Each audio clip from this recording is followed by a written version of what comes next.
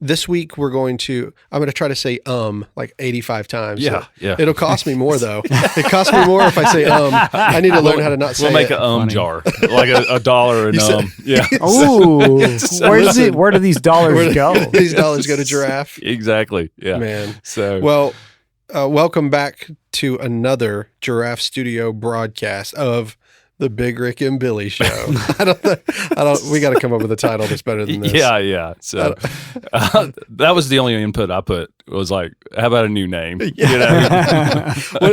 What were your names? One of them was, let's see, Bible Babble. Bible Babble. That's actually pretty good, man. I'm not gonna lie. That's not bad. It sounds like a snack food, like fiddle faddle. Yeah. So, you're just hungry, just because Rick was eating sour cream and onion chips on the way over. I had to. I didn't get to eat dinner. Yeah. So I had some chips. Testament Talk was one of them. I think that's not bad either. Church Chatter. Testament Talk's kind of cool. Yeah, Testament Talk. So, yeah, that's all right. So welcome to Testament Talk live at Giraffe Studio. I kind of like Bible Babble though, because it sounds a little more informal. Testament Talk sounds like you really are dead serious about yourself. Like this is the way it is. So, right. But yeah, Bible Babble's just Bible Babble's not bad. Yeah, but anyway, so we can. It's also fun to say. I want to say it a bunch, like Bible Babble. Say that 20 times. Sounds like a game. Yeah. Well. Anyway, I do, if you're hungry, have granola bars that are super cheap, and I buy simply to give to people. Oh, well, that's nice. So, I'm okay. I've got food at home, and I'll eat when I get home later. You like how I advertise them, right? These granola bars are so cheap. They're so, yeah. People can just eat the whole box. I don't care. They're going to be delicious. That should sound good in the microphone. Yeah.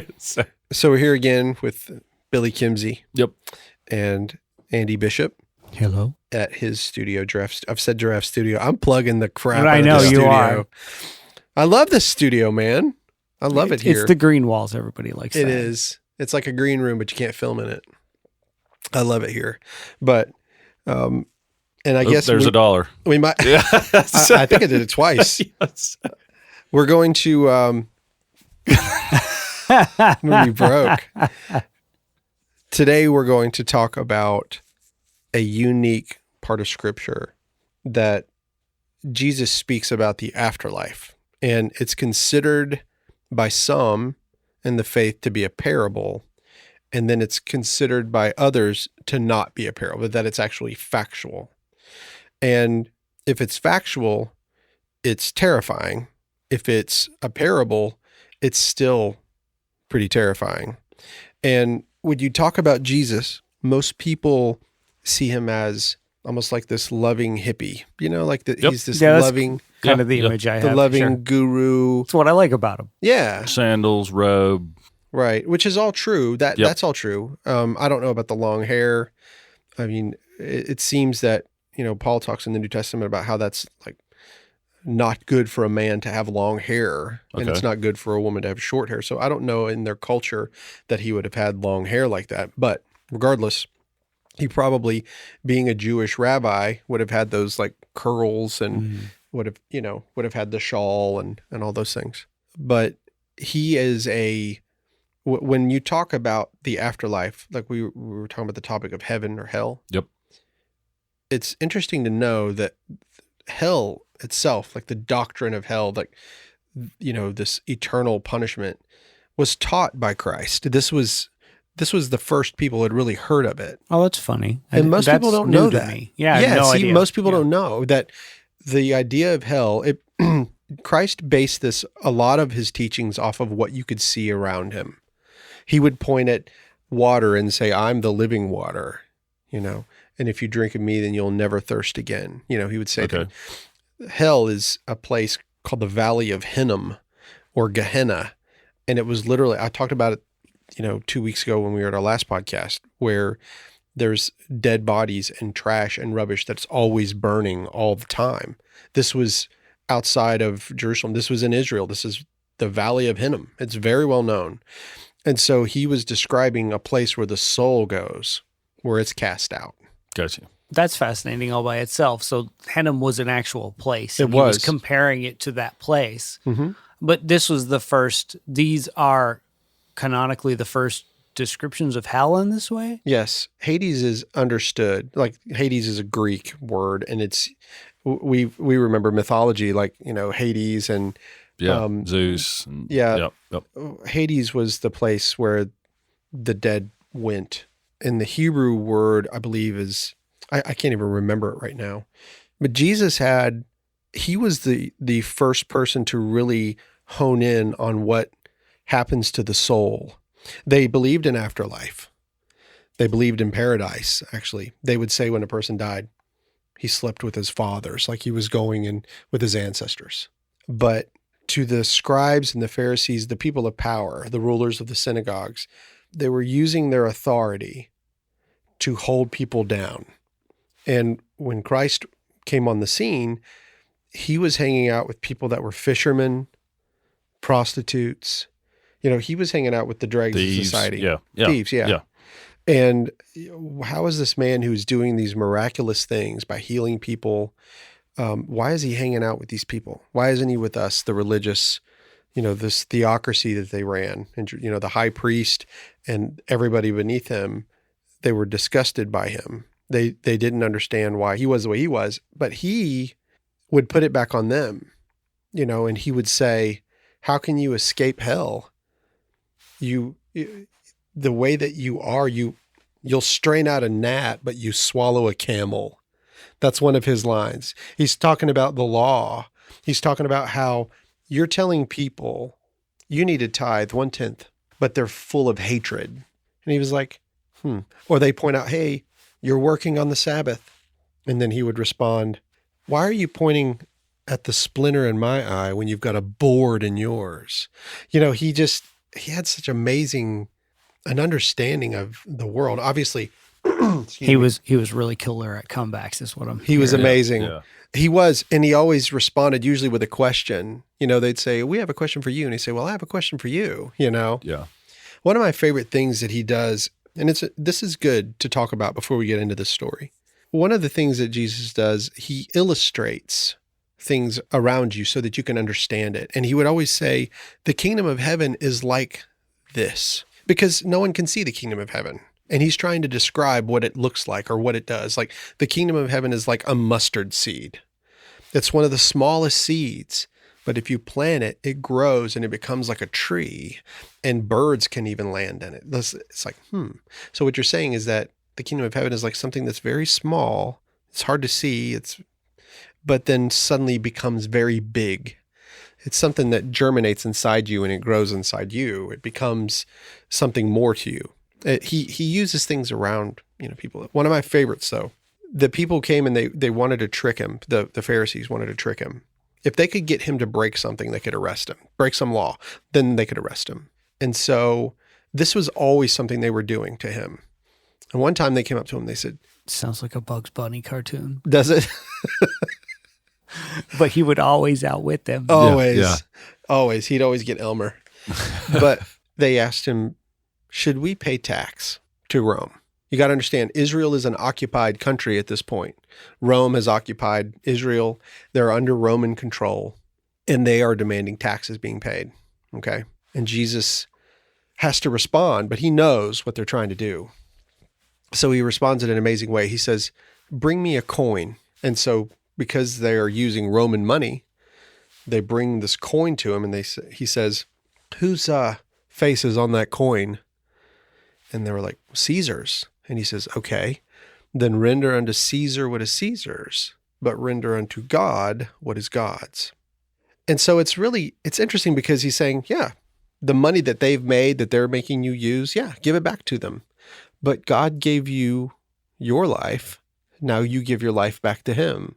It's pretty smart. Yeah. But also, what's really cool is that it says that we're made in the image of God.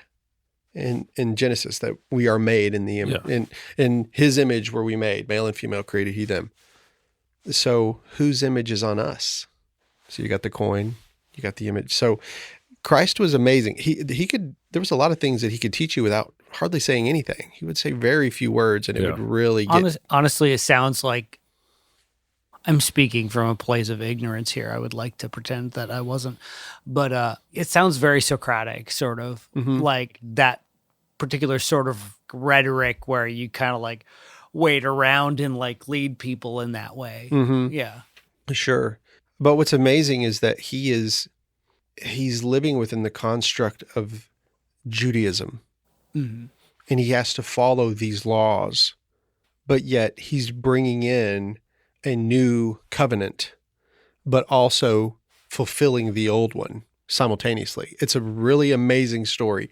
And when you read into the fine lines, Christ was amazing. I mean, he was amazing. It sounds like he's walking a bit of a tightrope. Very much so. Yeah, he was. And he was killed. Ultimately, he was brutally murdered in front of his mother, and he paid the ultimate price. But what they didn't know is that he was doing that for us. So all of these things that he's teaching us, and this next thing that we're going to talk about, is Christ talking to these Pharisees who are always trying to get him. These people are rich. They're taking advantage of the people, and he's had it. You know, he's been dealing with this for years, and now he's talking back to him. And so in Luke chapter 16, starting with verse 19, Jesus starts off this story this way. And I'll just read the whole thing and then we can go back through it. There was a certain rich man, which was clothed in purple and fine linen, and fared sumptuously every day. And there was a certain beggar named Lazarus, which was laid at his gate, full of sores, and desiring to be fed with the crumbs which fell from the rich man's table. Moreover, the dogs came and licked his sores. And it came to pass that the beggar died, and was carried by the angels into Abraham's bosom. The rich man also died, and was buried. And in hell he lift up his eyes, being in torments, and seeth Abraham afar off, and Lazarus in his bosom. And he cried and said, Father Abraham, have mercy on me, and send Lazarus, that he may dip the tip of his finger in water, and cool my tongue, for I am tormented in this flame. But Abraham said, Son, remember that thou in thy lifetime receivest thy good things, and likewise Lazarus evil things. But now he is comforted, and thou art tormented. And beside all this, between us and you, there is a great gulf fixed, so that they which would pass from hence to you cannot, neither can they pass to us, that would come from thence. Then he said, I pray thee therefore, Father, that thou wouldest send him to my father's house. For I have 5 brethren, that he may testify unto them, lest they also come into this place of torment. Abraham saith unto him, They have Moses and the prophets, let them hear them. And he said, Nay, Father Abraham, but if one went unto them from the dead, they will repent. And he said unto him, If they hear not Moses and the prophets, neither will they be persuaded, though one rose from the dead. So Jesus is saying this to the Pharisees. He's telling the story. His disciples are in earshot, but the Pharisees are hearing all this. And I want to break this down. If it's a parable, there's some hidden truth in it. Mm-hmm. He's setting up this story for you to find some nugget of truth. What is the nugget of truth? Well, if you are in this life, if you're only worried about yourself and you don't care for others, chances are you're not going to get very far in the afterlife. Yeah. If you're the kind of person that is the dregs of society, you're begging, you're sick, you don't have anyone who's willing to help you in the story, then you're carried into paradise and you're with where you can actually have water and you're not in torment, right? So that would be paradise. So Jesus is, if it's a parable, that's kind of it. But usually a parable is designed to blind people. It's actually, some people don't ever get it. Whenever Jesus teaches parables, if you read in the scriptures, a lot of times the disciples were like, what did that mean? And then he explains it to him and he says, you're blessed because I'm here to tell you what this is. But I tell these parables because I'm making them blind. I'm making them deaf. It's so odd. Most people don't know this, Andy. Most people don't realize that. No, this is all news to me. Right? It's news to a lot of people. It is. You have to read it. Like you have to. Yeah. You have to read it.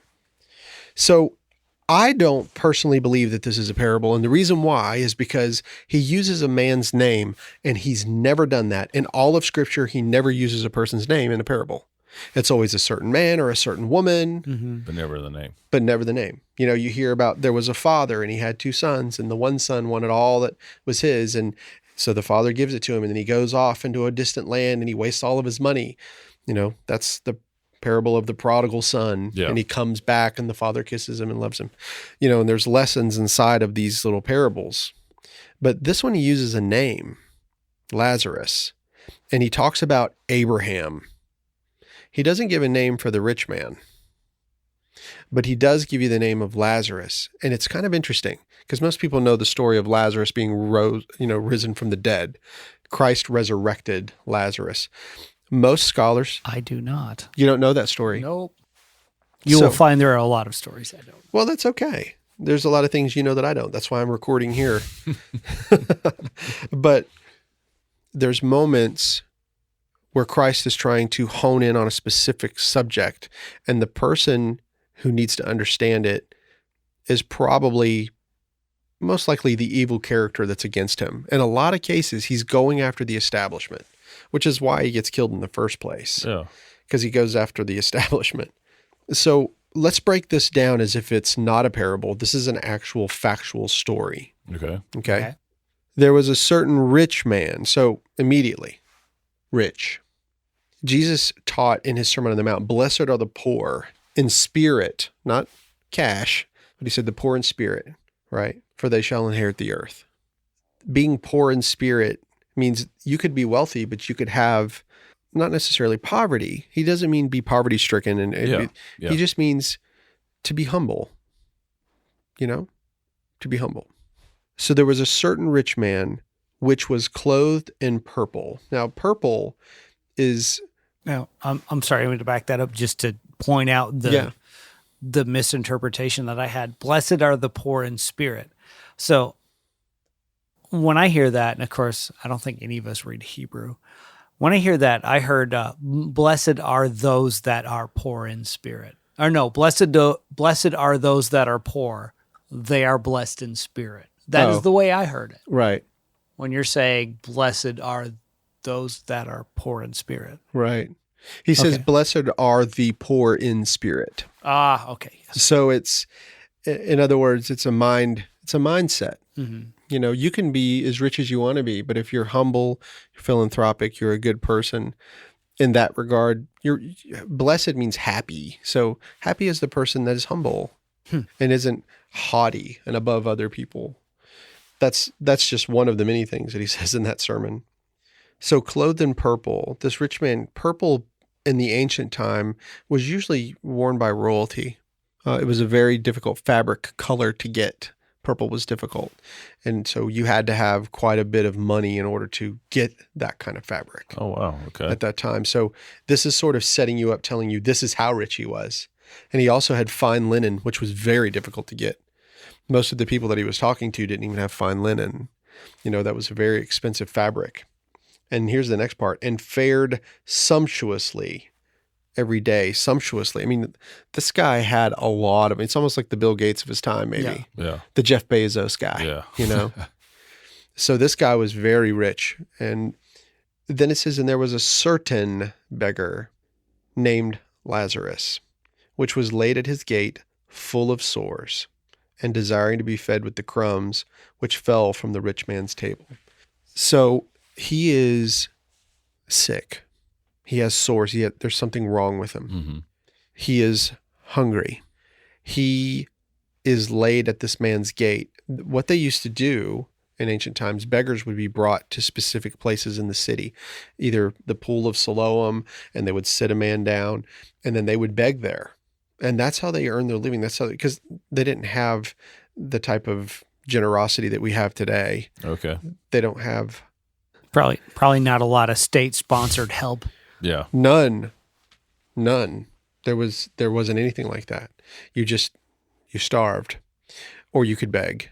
Okay. And some people would be, kind enough to give something, but that's how they would earn their living daily. They weren't allowed to just take from whomever. They had to try to get money on their own. So this man was just wanting crumbs. He just wanted something. He was very ill and he needed food. And dogs would come up and lick his sores, which we know that a lot of dogs' tongues have some healing properties to it. Yeah. Yeah. I've had them lick. I this is gonna be gross, but I had athlete's foot. My dog licked my feet, and it's like it went away. Really? It was the weirdest. Wow. Okay.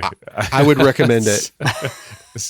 Did Let the dog- Kiba lick your feet if you get. Did the dog lick you in the face after he licked your feet? No, after he licked his butt. Yeah, there you go. Then I got athlete's face.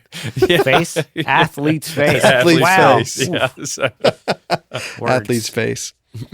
So the beggar was laid at the rich man's gate, and he was very sick, ill, and it says he was desiring to be fed. Like, he's hungry, and he's just like, if I could just get something, maybe I can get it from this man. He's got plenty. Mm-hmm. He's faring sumptuously. Perhaps I could just get something small from him. And then the dogs came and licked his sores. But listen, and it came to pass that the beggar died. So what does that tell you? The rich man didn't do anything. Yeah. Yeah. Lazarus sat there and suffered, begged, hoped, desired, wanted, and received nothing, and died at this man's gate. All right. So he didn't have a home. He didn't have anywhere to be either. Okay. So it says that he died. And notice it says, and was carried by the angels into Abraham's bosom. The rich man also died and was buried. Lazarus wasn't buried. Chances are Lazarus was put in the Valley of Hinnom. Okay. That's where they would put beggars. Oh, see, I just thought that was a cute way of like ending the sentence. Like Lazarus died and went to heaven, and he died and was buried. Right. I.e., he died. That's right. Like that was it. Well, check this out. So a rich man's burial would have been done with a lot of pomp and circumstance. The entire synagogue, the entire village or community they were in would have went to this. He would have been given this wonderful funeral, and then he would have been placed in a tomb, because rich men had tombs. Gotcha. And so he would have been put into a tomb, and it would have been all of this pomp and circumstance. Lazarus was probably thrown in the Valley of Hinnom. That's most likely where he ended up, which would have been hell on earth. But his spirit was carried by the angels into paradise, where Abraham's bosom is. That's where Abraham is.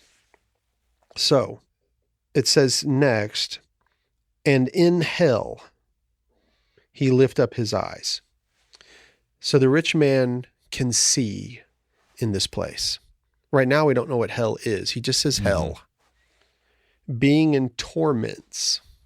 This is the first time you hear about tormenting souls in the afterlife. Oh, really? This is the first. This is where the it's first at. instance. Yes, and if I'm wrong, that's kind of fascinating. we'll correct it in the future podcast. But to the best of my knowledge from all my studies, this is where it's at. This is where you find out about tormenting. That's funny because you feel like that would be some Old Testament stuff. But it's not. Huh.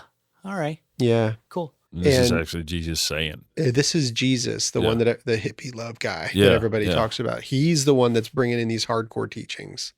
And if you remember from our last podcast, he's also the creator of it, because all things were made by him.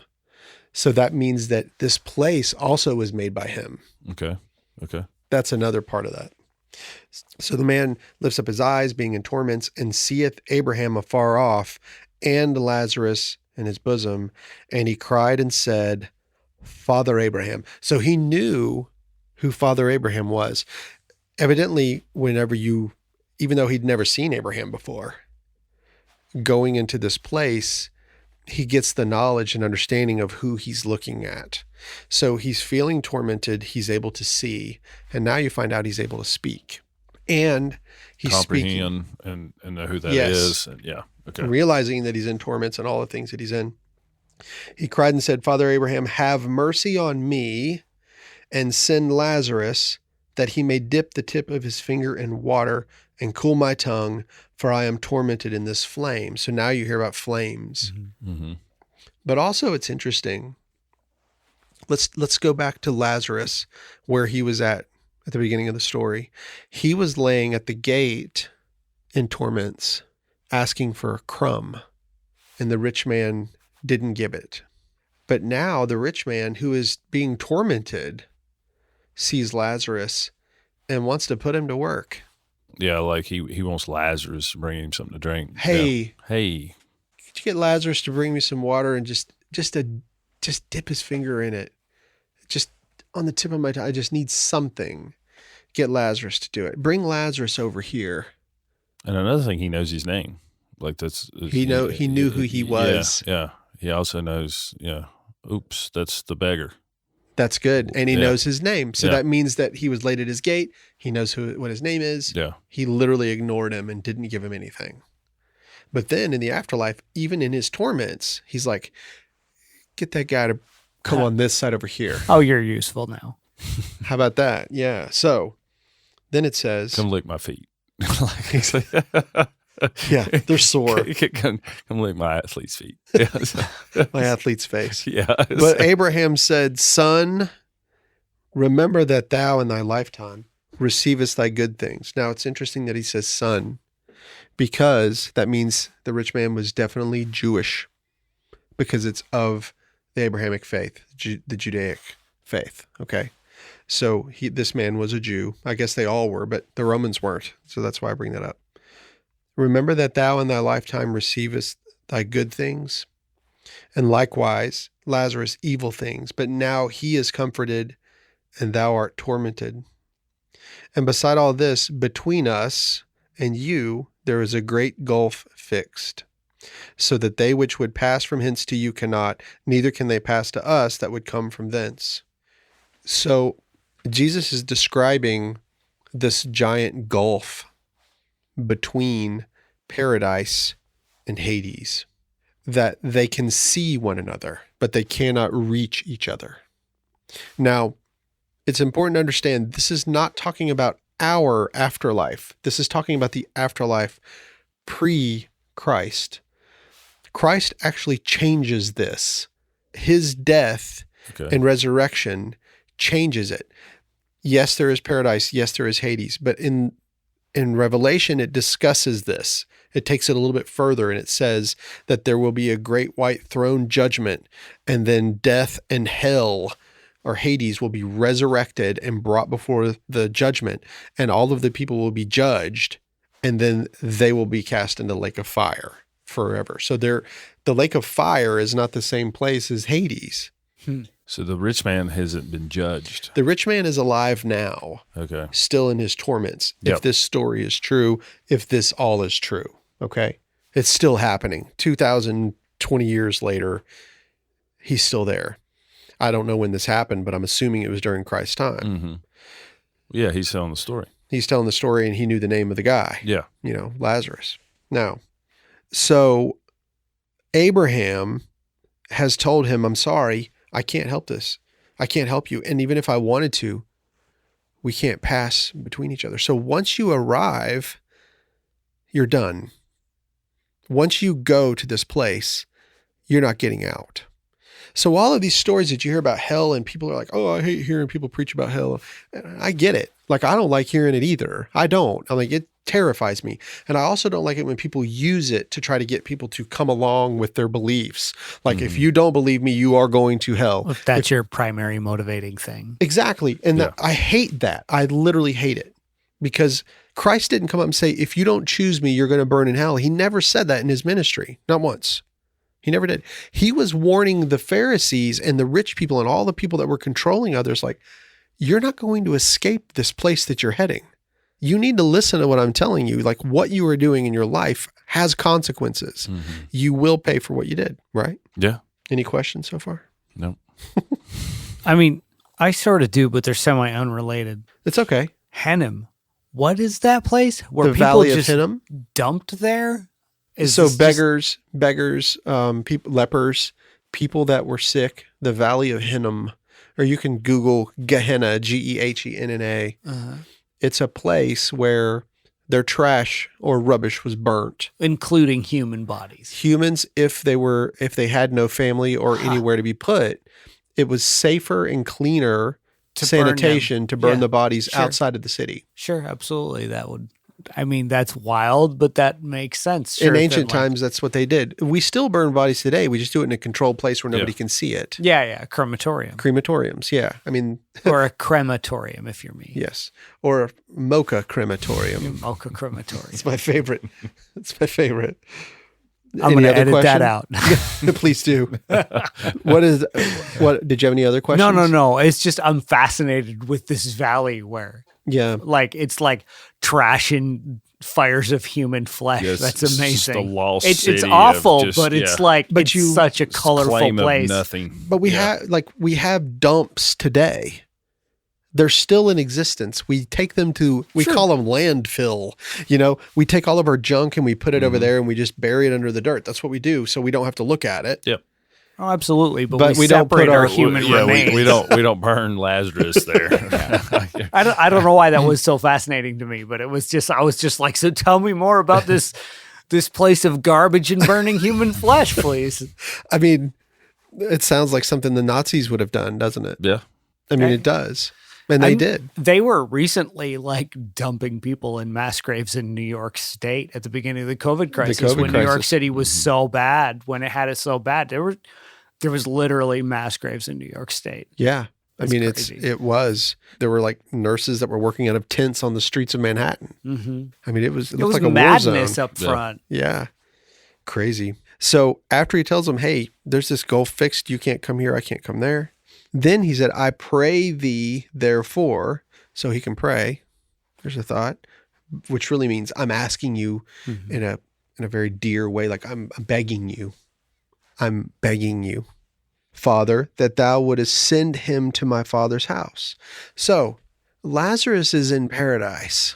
He is still trying to get Lazarus to do stuff for him. He says, have him come out of heaven over to hell and give me some water. Oh, have him leave heaven and go back and warn my brothers. He still doesn't get it. In all of this torment, he still doesn't get it. He's still thinking about himself. He's a very selfish person, this guy. He says, I pray thee therefore that thou wouldest send him to my father's house, for I have 5 brethren, that he may testify unto them. So tell him what was going on in the afterlife, lest they also come into this place of torment. So at least he's not selfish when it comes to his brothers. He wants to save them, but he could care less about Lazarus having to leave heaven and the comforts that he had to go back and tell, hey, by the way, I was a beggar at your son's place and he's in hell now. So you might want to, I mean, it's kind of bizarre. I have one question. Okay, Jesus is telling this story, correct? Yes. Okay. So he hasn't died for our sins yet. No. So this guy's he's just stuck, right? I mean, he's just there. Yes, he's still there. Okay. That leads to an interesting set of questions about the people that died before Jesus. Yeah. Yes. Yeah. Okay, so and I can get into that. If you have any questions, go for it, because I can get into that. I'm in one of those positions in a lot of this stuff where I'm too ignorant to have questions. It's not I gotta wait till I have some information, and then I can pry it apart. It's like my dad said, there's no such thing as a stupid question, just a stupid person that's asking me a question right now. I like that. Okay. But so what happened pre-Christ's death, right? You were judged based on your actions. But how do you... But it doesn't mean you're going to get to heaven. I guess, how do you know you're doing wrong? Does that make sense? That's a brilliant question. It's in Romans. I can read it. It's not my fault I'm rich and you're poor. Back then. Right. You know? I mean, I don't know that it's your fault now. I mean, it depends on what you did to get said money. But. Well, okay. Take, for instance, we look, I think you look at people that beg now, you know, you're like, well, why are you still begging? Why haven't you done something with the money I gave you yesterday? I think a lot of those people have serious mental issues. Well, yeah, I think that's I agree. The bottom of that. But, I mean, not entirely. Like back then, though, Jesus is telling this story. So this rich guy, he didn't know about heaven, did he? Sure. Yeah, I mean, he knew about that they would sleep with their fathers. They would go to this place of paradise, which is where Abraham was. Okay. That was their faith. That was the Judaic understanding of the afterlife. Got you. So he knew and expected that he was going to go there. Oh, okay. Most people are surprised when they end up in hell, I'm sure. Okay. There's the I think I owe like $85. Yeah, at least. Paid I'll count it up later. It's fine. paid to Yeah, that's right. Andy can Giraffe Studio in Hendersonville, another plug. make that check out to cash. He thought very much of himself. He didn't think he was doing anything wrong. Okay. He didn't. There is nothing wrong with people being rich. There's not. It doesn't say. Jesus said it's very difficult for a rich man to enter into heaven. He said it's very difficult. It's like trying to put a camel through the eye of a needle. That's how he said it. Blenders were not invented yet. No. They were, but they were like scimitars or not scimitars, but what do they call them? Yeah, scimitars. Those big hacked, steel that you have to hack It's a big them up. curvy blade. It's a big curvy blade. And I don't even think that's what it's called, but I don't know. No, a scimitar is like the half man, half. A scimitar. Yeah. That's a half That's a man, half minotaur. knife. Minotaur. Okay. Half man, half is scimitar. Is a half Scimitar. man, half knife. What is a scimitar?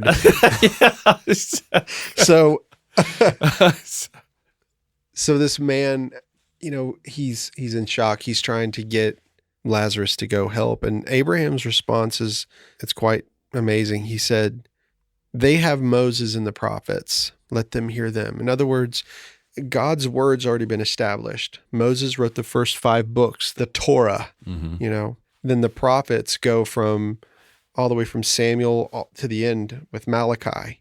You've got David, who's a prophet in the Psalms. You've got prophetic verses from Proverbs, which came from Solomon. Well, Solomon wrote most of them. There were a couple others that were written by others, but there's all the wisdom and information that they need to understand where to end up is in there. So that's something for us to know now. He's telling you it's already in there. So even the Old Testament has the things that we as men need to know. But when the new covenant came, Christ said, there's something else. And really it's about trust. We have to trust what he says and what he did on our behalf, and we will never have to encounter any of these things, and we will have an abundant life. And it may not mean riches, but it could be joy and peace and happiness. That's what Christ offers. He never owned a home. Christ lived in a home, and he worked as a carpenter, but he never owned his own home. It says that the Son of Man didn't have a place to lay his own head. So once he started his ministry, he never had a home. He slept under the stars, and he went from town to town preaching the gospel. That's what he did. So this man says, okay, fine. You want us to read? We're not going to read. I mean, that's what he's saying. No, that's not going to be good enough. So now he's arguing with Abraham. He's arguing with the very father Abraham that all of the Judaic ethic is based from him, in his promise that God gave him to become a nation. Now he's arguing with him. No, Abraham, that's not going to work for me.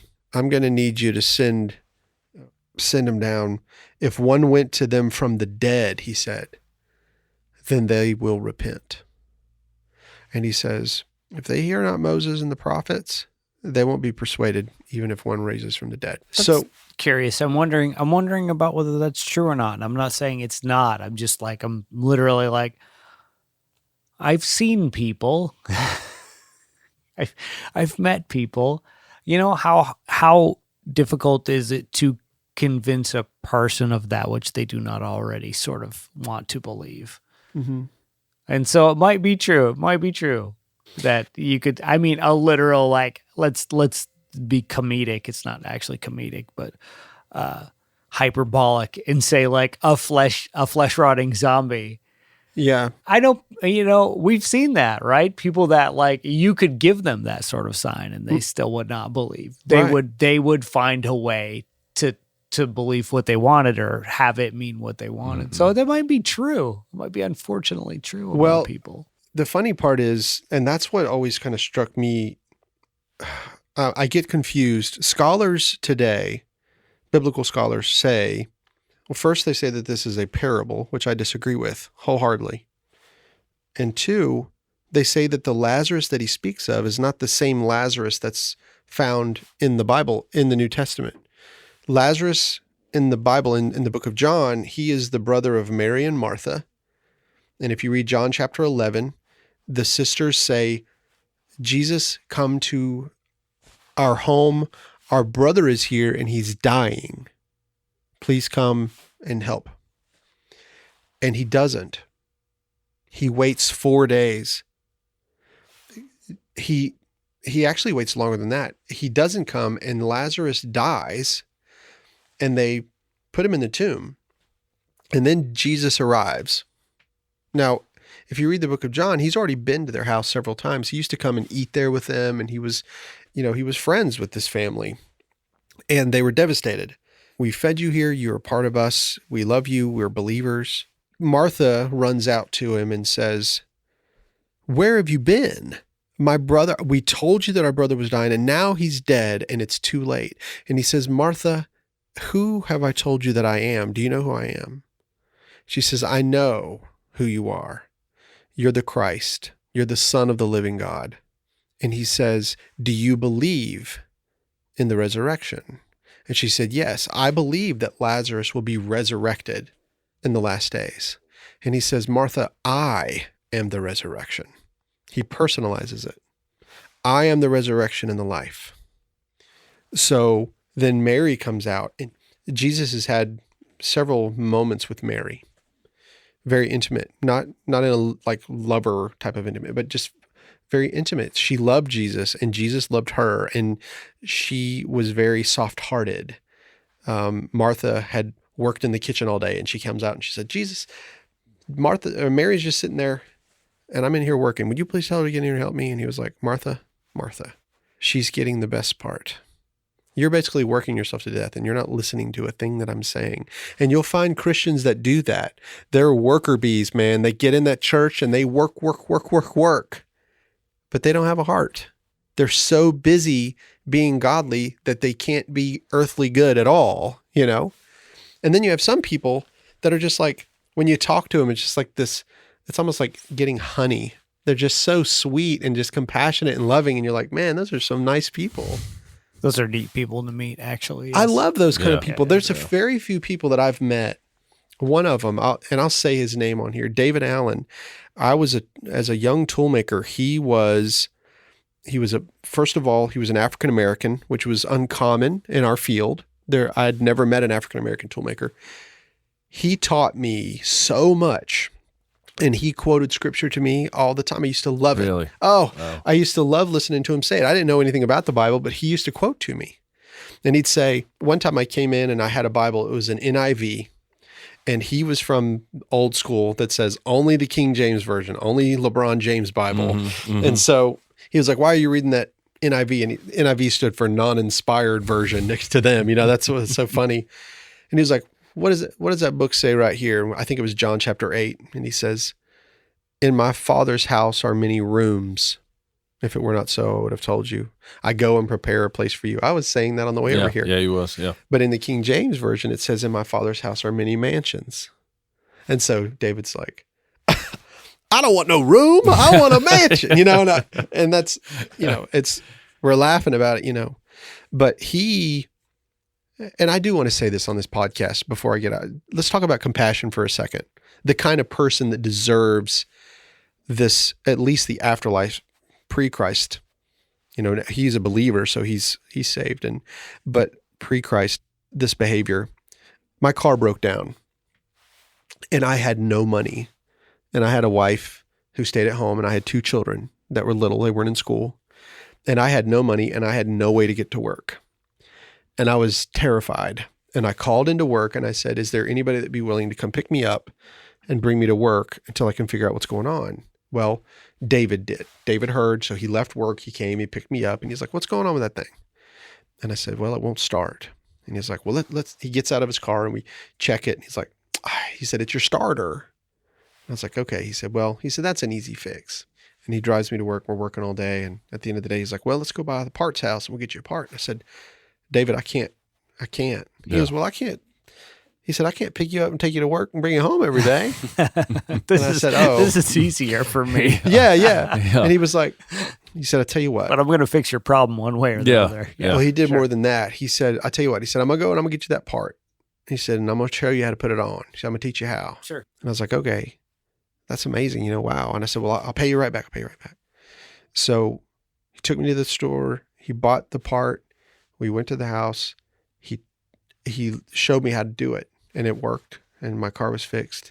And I was like, that was so amazing. You're so nice. I would really like to, I'll pay you back Friday when I get paid. He said, you don't owe me anything. And I was like, oh, I can't do that. Like, I can't do that. Yeah. I mean, that was like, oh, wait a minute. Now that's my pride there. And he's like, nope. He said it was a gift. And you got to learn how to receive a gift. That's a gift. And my boss previous, when I was working for him, he was always trying to get me fired. And I found out why. I made the mistake of telling him, someday I would like to have your job. And one day maybe you'll be promoted. But he didn't hear the one day you'll be promoted part. All he heard was that I wanted his job. Yeah, so you that were was the it replacement. Yeah. So he was like job scared. So that was it. Well, David was teaching me everything.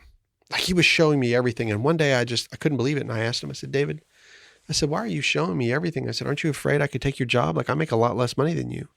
He said, you can't take my job. And I was like, well, okay. He goes, well, you can't take my job. And I was like, well, Doug could fire you and put me in his place. He said, Doug didn't give me this job. And Doug was the owner of the business. I was like, well, who gave you the job? And he was like, the Lord gave me this job. And he said, and I'm giving you everything that I got. He said, but you can't take my job. He said, oh, that's up to the Lord, not him, not you. You still owe me for that starter, boy. You better get to work. Yeah, exactly. Yeah. Wow. Okay. But that's the kind of character, that man had. And for me, that had a big impression on me. Just his actions made me want to learn more about what is it that this man has.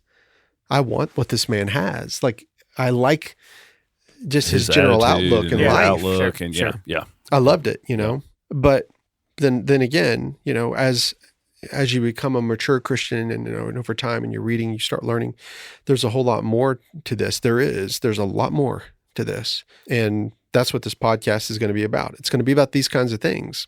If you want to know who talked about hell the most, it was Christ. If you want to talk about the love of God, it was Christ. If you want to talk about the light of the world, you want to talk about he called himself the great physician. He says, and the Pharisees, he's always knocking on them. The Pharisees are like, what are you doing with those people? And he said, oh, I didn't come here to fix the well. I came to heal the sick. In other words, you think you're okay, but you're not. Yeah. You're straightening out a gnat and you're swallowing a camel. You're looking at a splinter and you got a board in your own eye. And so that's the people that he's telling this story to, and he's warning them. He's saying, if you don't change your ways, when this is all said and done, you're going to be in torment. And then when you're in the judgment, this is what you will do forever, because that's the only way that a just God can manage evil. That's the only way.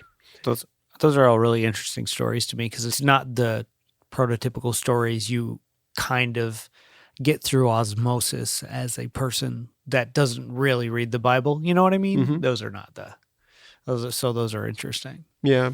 To me. Well, I think that's it. That's it for this one. That's it. Yeah. I mean, any closing thoughts? I don't think so. You, Andy? I'm just fascinated with the literal dumpster fire that was The literal dumpster fire. Yeah. The Valley of Hinnom. The literal the valley. dumpster fire that was the Valley of Hinnom. Yeah. It was there. And he taught many times. It sounds terrible. And, I'm sure it stunk. I'm sure it was awful, but I don't know what the topic's going to be about next week, but I'll be sure to let you guys know. Okay, cool. All right. Well, again, one last plug. Thanks, Andy Bishop of Giraffe I'm Studio gonna in have to Hendersonville, cut North Carolina. at least 2 of these out. Anyway. No, just make sure they cut all the ums out. Yeah, the ums and the coughing. And I fought a sneeze off. So that was pretty cool. So He fought the sneeze off. See, everybody, we're growing, we're learning. Exactly. Yeah. So, Right. So the difference between you and me is like I can do this. He can cut it right off. That's true. I love it. So, All right. Well, very good. We'll talk to you guys next all right, time. Awesome. couple weeks. Yep. Yep. Thanks. Perfect. Check one. Yeah. I have a 7-inch monitor for my. Of course, it's just a DSLR, right? Right. So Those are nice though.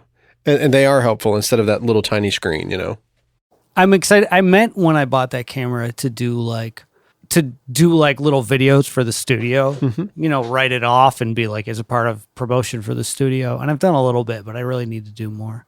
Rick, can you just talk for a second? Yes. Nice and loud or laugh or something, because laughing's usually the loudest. Whoa.